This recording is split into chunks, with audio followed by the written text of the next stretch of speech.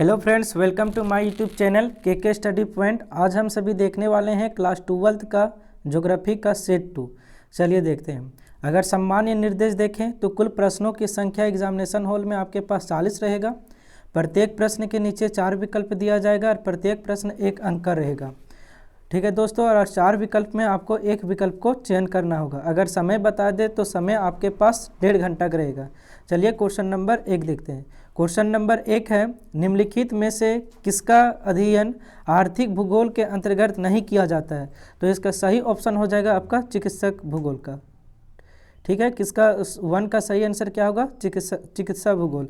इसके बाद है क्वेश्चन नंबर 2, सैन्य भूगोल मानव भूगोल की किस शाखा का भाग है? तो जो सैन्य भूगोल है ये आपका राजनीतिक भूगोल का अंतर्गत आता है।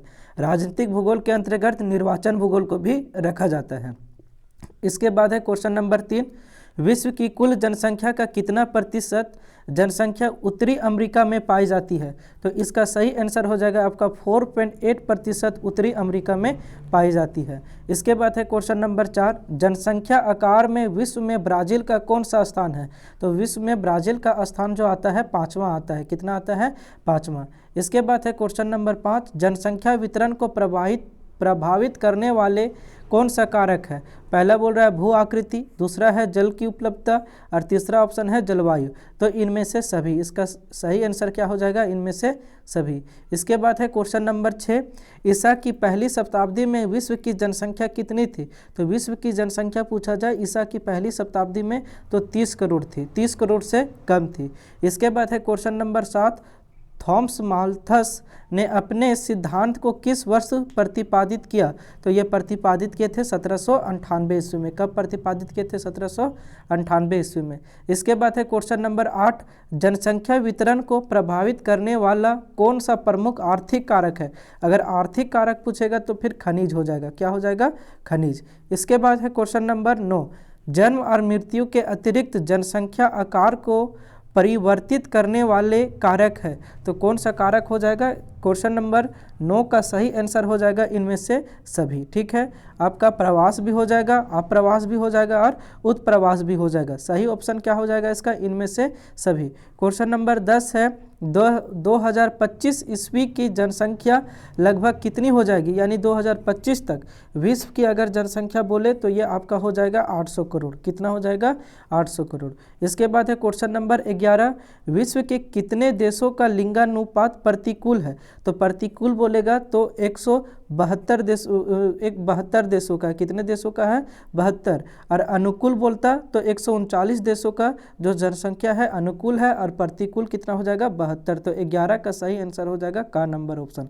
क्वेश्चन नंबर 12 है, निम्नलिखित में से किस देश का आयु लिंगा पिरामिड घंटी के आकार का है? तो आपका 12 का सही आंसर हो जाएगा दोस्तों ऑस्ट्रेलिया का है।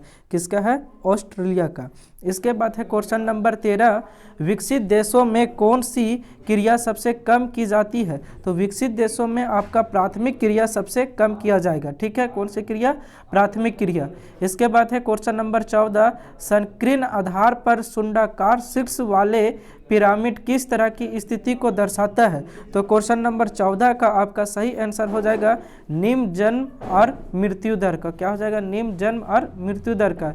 इसके बाद है क्वेश्चन नंबर 15, निम्नलिखित में से कौन मानव विकास का स्तंभ है? तो इसका सही आंसर हो जाएगा उपरोक्त सभी। समता भी होता है, सतत पोषणीयता भी होता है और उत्पादकता भी होता है, तो इसलिए इसका ऑप्शन क्या हो जाएगा? उपरोक्त सभी। क्वेश्चन नंबर 16 है, मानव विकास सूचकांक स्कोर 0.701 से 0.799 के बीच का स्तर क्या कहलाता है? तो इस क्वेश्चन नंबर 16 का सही आंसर हो जाएगा उच्च सूचकांक कहलाता है। क्या कहलाता है? उच्च सूचकांक कहलाता है। क्वेश्चन नंबर 17 है, उच्च मानव विकास समूह में कितने देश सम्मिलित है? तो उच्च मानव विकास का बात करेगा तो 53 देश सम्मिलित है। कितने देश? 53 देश। इसके बाद है क्वेश्चन नंबर 18, मानव विकास सूचकांक में भारत के किस राज्य का स्तर बेहतर है? तो याद रखिएगा केरल का बेहतर है, और केरल का साक्षरता दर भी सबसे ज़्यादा है भारत में। इसके बाद है 19 का, इनमें से कौन विन्यास के आधार पर ग्राम का प्रकार नहीं है? तो याद रखिएगा पशुपालक ग्राम का प्रकार के अंतर्गत नहीं आता है। इसके बाद है क्वेश्चन नंबर 22, च्युइंगम किस वृक्ष से प्राप्त होता है? तो च्युइंगम बात किया जाए तो जेपोटा के वृक्ष से प्राप्त होता है। जो आप लोग 1 रुपये का खरीदते हैं, अब तो 5 रुपये का च्युइंगम, 10 रुपये का भी च्युइंगम आने लगा है। तो ये जो रहता है, ये वाइट वाला, इसको आप खा लेते हैं, इसमें जितना भी मीठापन होता है खा करके चूस करके क्या करते हैं, फेंक देते हैं। तो वो जो वाइट वाला रहता है वो किसका बना होता है? जेपोटा वृक्ष का बना होता है। इसके बाद है क्वेश्चन नंबर 21, रेडियर कहाँ पाया जाता है? तो ये आपका पाया जाता है दोस्तों, देख लेते हैं ऑप्शन क्या क्या बोल रहा है। अमेजन बेसिन में, कांगो बेसिन में, आर्कटिक और उप ध्रुवीय क्षेत्रों में, पंपास के मैदान में। तो इसका सही आंसर क्या हो जाएगा? आर्कटिक और उप ध्रुवीय क्षेत्रों में पाया जाता है। ठीक है। इसके बाद है क्वेश्चन नंबर 22, इनमें से कौन शीतोष्ण घास मैदान का उदाहरण नहीं है? बोल रहा है नहीं है। तो क्वेश्चन नंबर 22 का आपका सही आंसर हो जाएगा दोस्तों मानसूनी प्रदेश का। कौन हो जाएगा? मानसूनी प्रदेश का। इसके बाद है क्वेश्चन नंबर 23, फाजेंटा शब्द का प्रयोग किस फसल के बागान के लिए किया जाता है? तो याद रखिएगा, यह आपका किया जाता है दोस्तों कॉफ़ी बागान के लिए। किसके लिए किया जाता है? कॉफ़ी बागान के लिए। इसके बाद है क्वेश्चन नंबर 24, किस कृषि प्रणाली में सर्वाधिक कार्य यंत्रों द्वारा संपन्न किए जाते हैं? तो इसका सही आंसर हो जाएगा दोस्तों विस्तृत वाणिज्य अनाज कृषि में किया जाता है। इसके बाद है क्वेश्चन नंबर 25, इनमें से कौन कुटीर उद्योग का उदाहरण है? देखिए ऑप्शन का क्या बोल रहा है? पत्थर एवं मिट्टी के बर्तन, लो इस्पात, तांबे का उत्पादन, सूती वस्त्र। तो इसका सही आंसर क्या हो जाएगा? पत्थर एवं मिट्टी के बर्तन। कुटीर उद्योग में छोटा मोटा वस्तु का उत्पादन करके काम चलाया जाता है, छोटा कम मात्रा में भी, याद रखिएगा। लो इस्पात में बहुत मात्रा में किया जाता है, सूती वस्त्र में भी, तांबे का में भी। इसके बाद है तो 25 का सही आंसर क्या हो जाएगा दोस्तों? का नंबर। इसके बाद है आपके पास क्वेश्चन नंबर 26, भारत का कौन सा उद्योग सार्वजनिक क्षेत्र का नहीं है? तो टिस्को। कौन सा उद्योग? टिस्को नहीं है। इसके बाद है क्वेश्चन नंबर 27, संचार किस आर्थिक क्रिया के अंतर्गत आता है? तो जो संचार है आपका तृतीयक क्रिया के अंतर्गत आता है, क्योंकि इसमें सेवा प्रदान किया जाता है, लोगों को सूचना देने का काम वगैरह किया जाता है। इसके बाद है 28 नंबर क्वेश्चन, इनमें से कौन सी क्रिया चतुर्थक यानी चतुर्थ क्रिया के अंतर्गत आती है? तो इसका सही ऑप्शन हो जाएगा दोस्तों आपका अनुसाधन सूचना प्रौद्योगिकी। ये आपका हो जाता है 28 का सही आंसर क्या हो जाएगा? खा नंबर। इसके बाद है क्वेश्चन नंबर 29, नोबेल पुरस्कार विजेता आर्त्य सेन ने विकास का मुख्य ध्येय किस रूप में देखा है? तो ये देखे थे दोस्तों, पहला क्या क्वेश्चन नंबर 29 का फर्स्ट ऑप्शन बोल रहा है स्वतंत्रता में वृद्धि, समता, स्वास्थ्य, कल्याण। तो 29 का आपका सही आंसर हो जाएगा समता के रूप में इन्होंने देखे थे। इसके बाद है क्वेश्चन नंबर 30, लामा मुख्यतः किस पर्वतीय भागों में पाया जाता है? तो ये आपका जो लामा पाया जाता है इंडीज पर्वत में। कहाँ पर पाया जाता है? इंडीज पर्वत में। इसके बाद है क्वेश्चन नंबर 31, तो क्वेश्चन नंबर 31 क्या बोल रहा है? यूनानी शब्द मेगापोलिस, ठीक है, मेगलोपोलिस का प्रयोग सर्वप्रथम किसने किया था? तो इसका सही आंसर हो जाएगा जीन गॉडमैन ने। कौन किए थे? जीन गॉडमैन ने। इसके बाद है क्वेश्चन नंबर 32, जो गांव झीलों तालाबों आदि के चारों ओर बस्ती बस जाने से विकसित होते हैं, कौन सा प्रतिरूप कहलाते हैं? तो ये याद रखिएगा, इसका सही आंसर क्या होगा दोस्तों? वृत्ताकार। देखिए तालाब वगैरह इस तरह रहेगा तो इसके चारों किनारों और बसेंगे, तो इसलिए क्या हो जाएगा?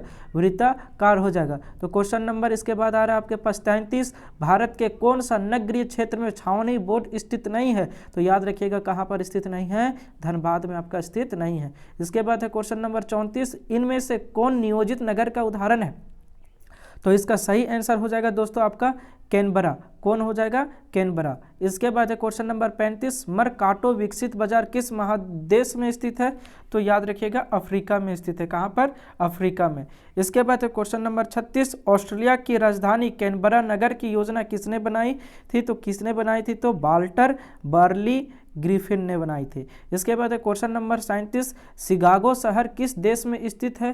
तो आपका जो शिकागो शहर है दोस्तों, यह आपका स्थित है संयुक्त राष्ट्र अमेरिका में। कहाँ पर स्थित है? संयुक्त राष्ट्र अमेरिका में आपका ये स्थित है। इसके बाद है क्वेश्चन नंबर आपके पास 38 बोल रहा है, इनमें से कौन एक द्वितीयक क्रिया का उदाहरण नहीं है? अगर देखिए कपड़ा निर्माण, तो कपड़ा निर्माण आपका किस में चला जाएगा? फिर हाँ, कपड़ा निर्माण का बात कर रहे हैं तो द्वितीयक में ही होगा। मछली पकड़ना देखते हैं तो मछली पकड़ना का अगर बात करें तो मत्स्य पालन तो आपका प्राथमिक में हो जाएगा, तो मत्स्य को पालिएगा तभी पकड़िएगा, इसको तो प्राथमिक में ही रखिए। अगर देखते हैं लो इस्पात निर्माण, ये भी आपका द्वितीयक में ही चला जाएगा। सेवा क्षेत्रक जो होता है ये तृतीयक में ही रखा गया है, तो सेवा क्षेत्रक को ही आंसर होना चाहिए, ठीक है। 38 का सही आंसर क्या हो जाएगा, गा नंबर। मछली पकड़ना प्राथमिक में चला जाता है, लेकिन यहाँ ऑप्शन में कुछ द्विवेद दिखता है दोस्तों, ठीक है। सेवा क्षेत्रक मछली पकड़ना, मेरे अनुसार इसका सही आंसर तो सेवा क्षेत्र ही होना चाहिए, नहीं तो यहाँ ऑप्शन में कुछ गलतियाँ हैं। इसके बाद है क्वेश्चन नंबर 39, इनमें से कौन सांस्कृतिक नगर है। तो याद रखिएगा प्रयागराज, पहले तो इलाहाबाद था लेकिन अब इसका नाम प्रयागराज, तो याद रखिएगा क्या, प्रयागराज। इसके बाद है क्वेश्चन नंबर 40, अमूलवादी रेडिकल विचारधारा ने निर्धनता यानी गरीबी के कारण बंधन और सामाजिक असमानता को व्याख्या के लिए किसके सिद्धांत का प्रयोग किया है। तो याद रखिएगा किसके सिद्धांत का, मार्कस का प्रयोग किया है, किसका, मार्कस का। चलिए दोस्तों, इस तरह से आपका सेट 2 का और ज्योग्राफी का सेट 1 का सॉल्यूशन तो यूट्यूब चैनल पर के स्टडी पॉइंट पर है दोस्तों।